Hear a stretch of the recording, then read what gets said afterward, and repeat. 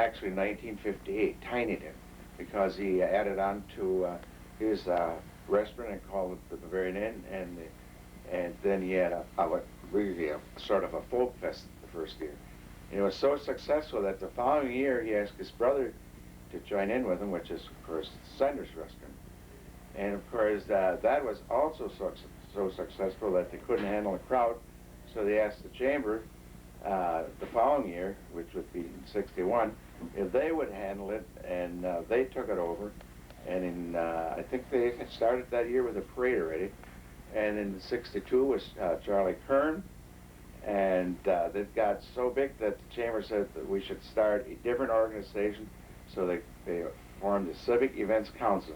And the Civic Events Council was supposed to do two things. The number one thing, run the festival, and there was 2 representatives from every civic group in Frankwood that were supposed to join it, and all the profits from the Civic Events Council was supposed to go back into the community. That was the number one function. The second function was to form a calendar of events, so we don't have no duplication, so that the Lions don't do something a certain night when Rotary has something on the same night. And that was the other function of the Civic Events Council, to avoid duplication of events. And that was the reason that the Civic Events Council was basically formed. And of course, then Jack Freeby, like I said, was in '63, and then I was in '64. I was the second president under the Civic Events Council. Of course, the president ran the Civic Events Council meetings, and he also ran the festival. Harry, how did you get involved with the Civic Events Council? Well, Jack Freeby was a pharmacist, and he was my partner, and he was festival chairman the year before, and he talked me to becoming vice chairman under him, and that's how I got involved. Challenges. First of all, I think when I was festival chairman, that was the first year the motorcycle gang came in. There weren't many, maybe only a dozen or 15. So I said to Henry Singh, of course, he was our police chief, and I said, now what are we going to do with these motorcycle guys? And he said, well, let me handle it, Harry. It's not your problem. And so anyway, this guy come up, and Henry says, well, what do you boys want in town? He says, well, we want to join the festival. He says, well, I don't know, we really want you. And he said, well, we'll behave ourselves. In fact, he said, we have a ritual that everybody has to do. And Henry said, well, what's that? Well, everybody has to go down, and he has to shove a peanut with his nose 4 feet, and that is that he promises to behave himself. And that actually worked, and that they actually, at that time when we had little problems, they always helped us. And another event I want to tell you about is, it was about 6 o'clock at night. I said, Henry, look out there. And here comes a group of kids from Bertrand with a hayride party. They started up as the old Schlippier garage with his Mike Youngs now. They went through town and they strewed hay all over Main Street. It was really a mess. And they ended up over what is the Frankenmuth Motel, because the road, this Main Street turned at Kearns Corner, went to the left, and then went out, 83, but it didn't go straight as it's going now. So anyway, I said, Henry, look at there, now what we're going to do. Again, Henry said, never mind. He says, give them about 15 minutes, and we'll go where, we'll check, we'll see where they're at. In 15 minutes, we jumped in the car and went over there. They were at the Franklin Motel, just finishing up their way through Main Street, and Henry says, okay, I want to see the leader here. So the leader comes up, and he says, you know, you made quite a mess. Oh, yeah, we're having a good time. Well, he says, okay, he says, you write down all the names, the people that are with you, and I want to see you guys over here tomorrow morning. You start up at where you started at, up at Schlippier's garage. You bring your brooms and shovels, clean everything up. And they said, well, you got to be kidding. And Henry says, no, I'm not kidding. If you're not here, you end up in jail. So the next morning, I set my alarm. At 7 o'clock, I got up, and I wanted to see how far they were with their cleaning job. And, of course, Baker Sales used to be downtown, which is now the Fudge Kitchen there. And that's where there were some benches there, and I drove by there. And here they're all sitting on the benches, exhausted. And of course, I had a live at them. So they stuck out their tongue and gave me the finger. And, oh, gee. But they had to clean their mess up. And that was quite a good experience, too. The other one is, you know, we had a PR man, Jim Maunders, Tiny from Bavarian Inn and Sender's Order. I mean, and he was a godsend. And anytime we had any problems, he would say, Harry, don't worry about it. I think to this day, in '64, we had the largest parade. Grieber, Ken Grieber's dad, Armin Grieber, was the parade chairman. And we must have had about 170 entries that was here. And the floats were gorgeous, were beautiful floats. But you know what happened? You wouldn't believe it, but we had downpour. I was in a convertible, and I was right in front of the drugstore. And by the way, the parade went north in those days. And got right in front of the drugstore, and here was a downpour. It rained so hard we couldn't even get our hardtop up, you know. Get our top up. We had about 2 inches of rain in the convertible. That was a downpour. The amazing thing, it rained for about 5 minutes, and then it stopped, and it cleared up, and we had a beautiful day after that. It was a great event when we put it on. And we put it on next to Senders. Our tent was still next to Senders Restaurant, you know. When did it go down to the Heritage Park? Oh, from Senders it went over to the Bavarian Inn parking lot. They had it over there several years, and then of course the Rotary had this drive-on that time to buy Heritage Park, and so we bought Heritage Park, and that's when it went to Heritage Park. The exact year right now I can't tell you. And of course, I got to tell you, you know, we made a lot of pretzels. I think we started making pretzels back in the Church Grove. We made them ahead of time. That's Rotary, of course. And I think one year, I think we sold something like, I know it was like 25,000 pretzels, I think, something like that. Wow. And we made a lot of pretzels those days. They were all handmade, hand-dipped. Everything was done by hand. Harry, who was your princess in her court? Oh, that's a good question. I'm glad you asked me that. There was Diane Schluckbeer-Karst was the Bavarian princess, and Crick's mother, what was her first name? Geyer. She was Crick's mother. She was one of the... Kathy Geyer, and the other one was a Yorkie girl. It's amazing that the only one still living is Diane. So. Well, being a lifetime native of Frankenmuth, I always tried to do things of interest for the city. And as a youngster, I already was involved with my father's business of a dairy and delivered milk. And then after I started working at Frankenmuth State Bank, which is now First of America Bank, it was just part of the tradition of the bank to have their people involved in the works of the city and chamber and whatever else came along. What problems or challenges do you remember facing during your year as president? The biggest challenge was the heat of the week. I think we had 100-degree weather with dust storms and no rain whatsoever. Oh, boy. It made it difficult for the people that were there? Made it difficult for the people there, and no one wanted to come out in the heat, so the attendance was down because of the heat. We had Glenn Campbell coming in with his show, but which drew a number of people, but again, it was just too hot for people to come out that year. So if you can, please sum up your festival experiences for me. It was such a great thing to work with people and to start at the beginning of the year, and then as volunteered for the different projects, to see the festival come together and be a success in the end. It's amazing how many people are willing to help and willing to do if you just give them a chance to help you. Alva, we so appreciate you still being involved in the festival and all the years that you've put in, and thank you very much. You're welcome. How did you get involved with the Civic Events Council? Well, I moved to Frankenmuth in June 1965. I moved some things out on Sunday myself, and the moving van came on Monday and moved the rest of the stuff, and by Thursday I was tending bar down at Senders when they had the festival. It was festival week, and it was 1965. And what year were you president of the festival? I was president of the festival in 1984, 1985. Tell me some of your best memories of that year. Okay, some of the best memories was many of the meetings that we had and the fun times and experiences that we had with those meetings and other things. And then one of the things that really comes to mind is the many volunteers that helped to work on the festival.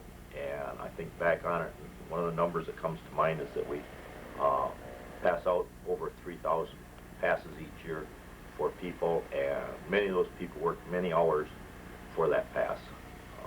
Some of them don't work very many, but we do hand out that many passes.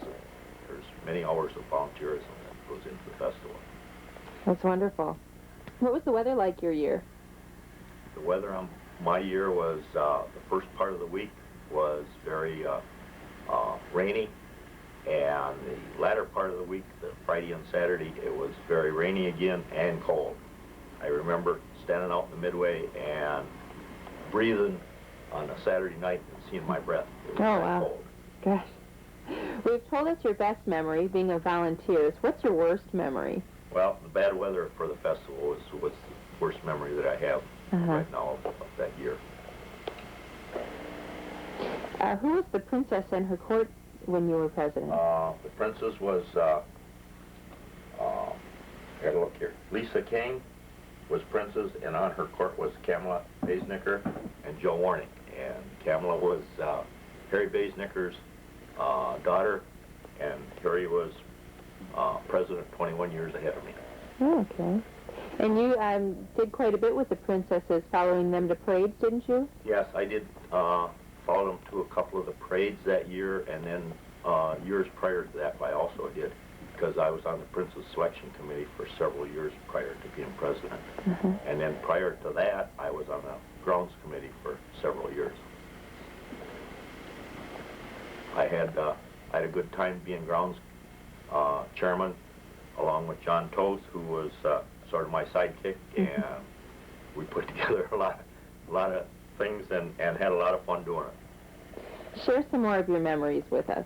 I guess a couple of the things that really come to mind is some of the great friendships that I've developed over during the years that I worked on a festival. Some of the fellas that I really think about is Don Maumeister, Jerry Vanderveer, Vic Engel, John Dieterding, who was president ahead of me, and Tom Jafke, who followed me. We've had some great times together since. Also some of them that were president ahead of me also. Some of the neighbors here was Bill Spear, Ted Lazinski, Charlie Nicholas, Jim Williams, and they're still active in the festival. Speaking of being active, you're just about one of the most active guys I know. What else do you do? Not to get off the festival for a minute, but I mean, what don't you do? Well, You're still very involved with a lot of things, aren't you? Yeah, I'm still involved with the Lions Club, and the last 3 or 4 years I have spent much more time with the Lions Club during the festival at the Lion House than I have on the festival itself, other than set up. I babysit my grandkids some, I'm involved with church work. I'm on the City Beautification Committee and the City Planning Commission. Also, I'm crossing guard for the kids at at the List School, both morning and afternoon. So I keep busy now that I'm retired. Sure sounds like it. You mentioned setup of the festival. I've thought back many times on the festival, and the most fun thing is, for me, is working 2 or 3 weeks before the festival, setting up and getting ready for it with the fun and fellowship you have with people, and you don't have the stress related that you do the week of the festival. And I enjoy them 2 weeks prior to the festival more than I do the festival, really. I heard there's a funny story about you and a car in the parade. Oh, when I was chairman of the festival, I rode in Ron Bartlett's Pontiac convertible, and then 10 years later, they asked me if I'd be Grand Marshal in the parade, and I humbly accepted. And unbeknownst to me, or probably anybody else in the festival, I ended up riding in Ron's Pontiac convertible again 10 years later as Wow. Grand Marshal. Quite a coincidence. Yeah. Well, I want to thank you for your continued years of service in the Bavarian Festival. You're one of the few that are always down there every year doing everything all the time, and you're so appreciated by the current board, and I know you'll just continue on, and thank you very much. You're welcome. Ruth, tell me, how long have you been involved with the Civic Events Council? Well, I started in 1962, and then my last year was 92 as past president, so I guess you'd call it 30 years. I do think I took a year off in there somewhere. I don't remember which year it was, to be honest with you. Wow. Yeah. Those early years were really different. We were learning so many things. We made a lot of mistakes, but we learned from them, and we had such a wonderful, wonderful attitude. Everybody was working together, and we wanted to make it go, and we were very fortunate. That's great. What can you remember as some of the highlights of your year? Well, I think a highlight of every chairman's year is to get up on Parade Sunday and have a weather report that says no rain. That is a biggie. The weather really rules the festival. No matter how hard you work and how hard you plan, if you have a cold, wet festival, you're going to have problems. So every chairman is really concerned about that. I was thrilled. All my grandchildren were there and rode in the parade. That was the first. The grandchildren had never ridden in the parade, and they were all there. My son had come over from Hawaii. So it was a big day. Sounds like you had a lot of support from your family. My husband was always, Avi was always very supportive. I'd say, oh, I should get out of this. And then he would say, no, no, no, they need you. You've got to stick with it. So I did. Who was the entertainer the year that you were president? Pat Boone was the entertainer. He had very strict rules about what he wanted and what he didn't want.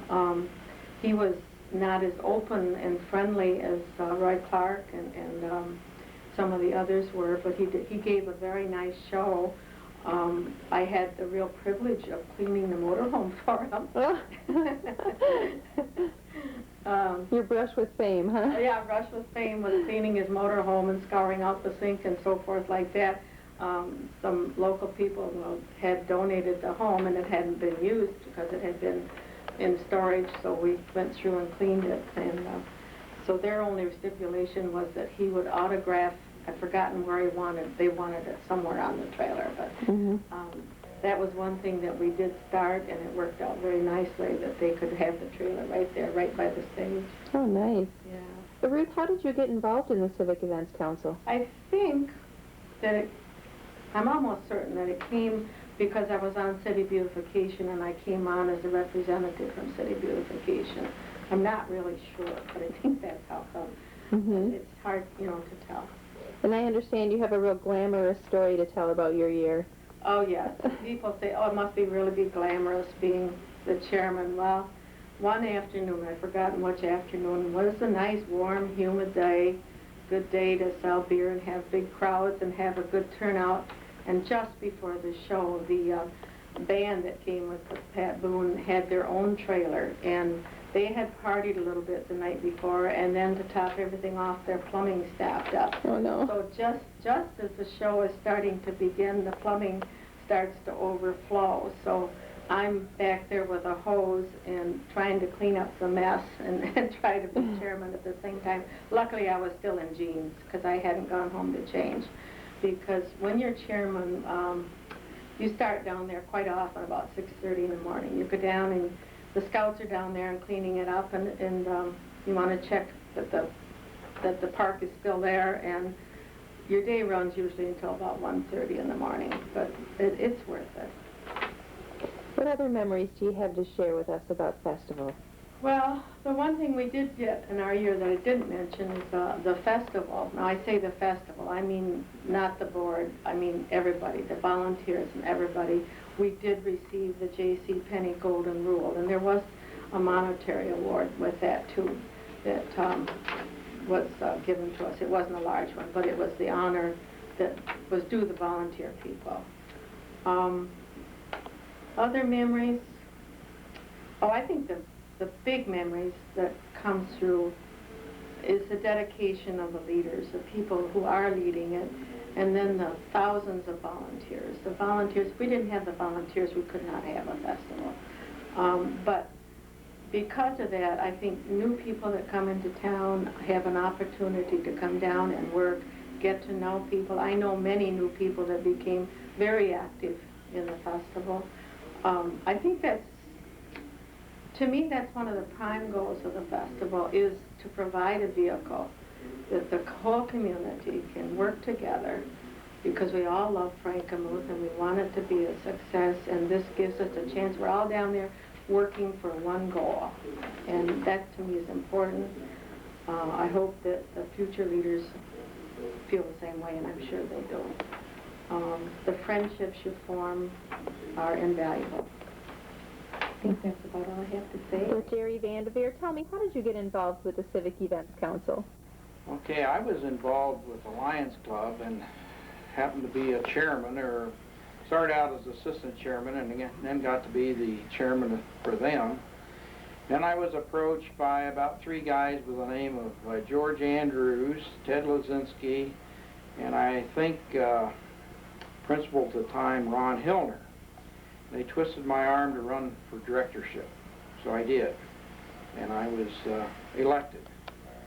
And I was a director probably 2 or 3 years, and then I got tapped to be the second VP, and then the first VP, and eventually the chairman. And I was the 25th anniversary chairman in 1983.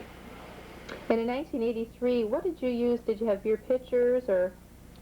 We were on the verge of using up all the buckets. We used the 25th anniversary seal that we put on the buckets, and then we were going to go into pitchers. We started with a 64-ounce pitcher because these are 64-ounce buckets, and that's what we did. You have a lot of memorable firsts in your year. Tell us a little bit about the barbecue area. Okay, we had studied the barbecue area for a number of years of what we could do to make it better, and it seems that on the last 3 years that the price of charcoal continually had gone up, and we had calculated it out to where the charcoal per barbecue dinner was costing us about 21 cents, and we projected it would go to 24 cents in '83 because charcoal prices went up. So we had a committee composed of Tom Vector, who headed up the committee, and I remember Frank Rittmiller was heavily involved, and these people took it upon themselves to see what they could do. Well, that is when we put in the gas. And I think the total project was about $6,800. To get our money back, we assessed each club that had barbecues 25 cents a plate until the cost was paid off. Another project was buying the tables, chairs, and building the dance floor. The dance floor was built by Bob Bookinger over in Reeds. He was contracted. I think the cost was $25,000. We bought the tables.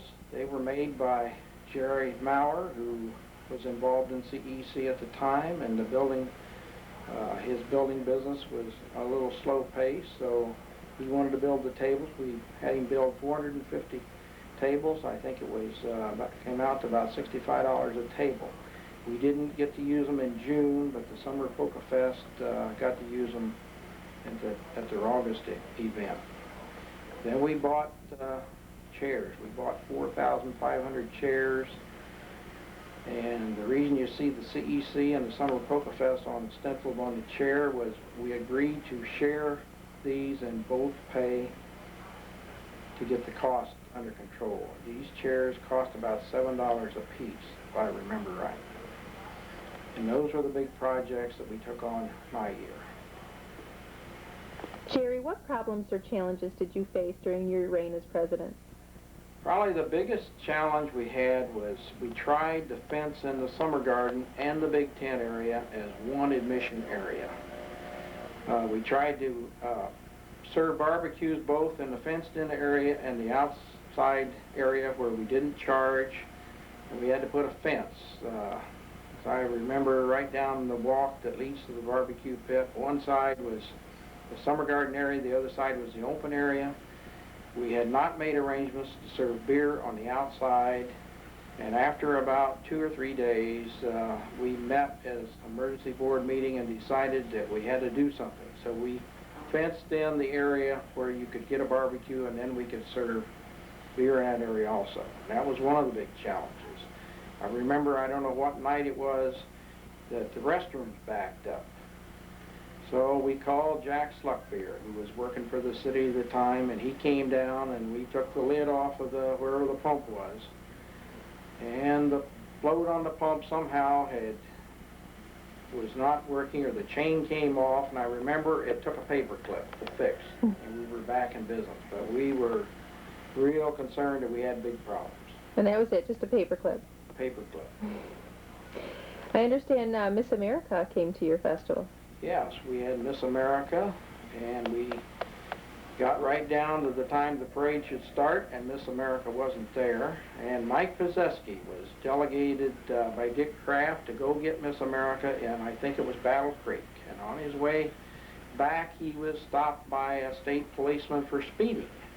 And he talked and he talked. And I don't know whether the state policeman ever believed him, but I think Mike got a ticket out of it. But ask him, he'll tell you. Another policing matter, there was a lawsuit your year.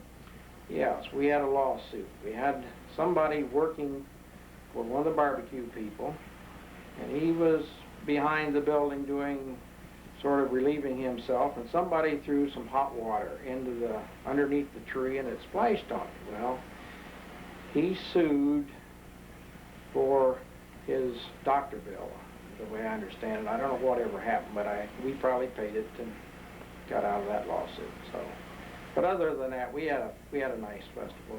The weather was fairly decent and no big problems. 1983 marked the last great special event, the motorcycle gangs. Oh yes, we had a practice that whenever they arrived, that the chairman and Ralph Weiss and Jim Pettis, we would meet the group and ask what they needed. They always wanted picnic tables. They wanted a portable toilet. They wanted a truckload of firewood. We would show them where they could camp, and we would discuss the rules of what we expected out of them. And really, we never really had any problems with them. But my year, we had 2 gangs, and it seems that they started shooting firecrackers at each other. Well, if anybody remembers the festival, you remember one guy from Hell's Angels or Devil's Disciples called Brutus. He was a big guy with his teeth all knocked out. And when the festival was over, the final Saturday, I remember Brutus coming up and say, "You won't see us anymore." He says, there won't be anybody coming back. Well, then I heard later that they had a fight someplace, and that was the end of the motorcycle punch. Jerry, sum up for us your festival experience.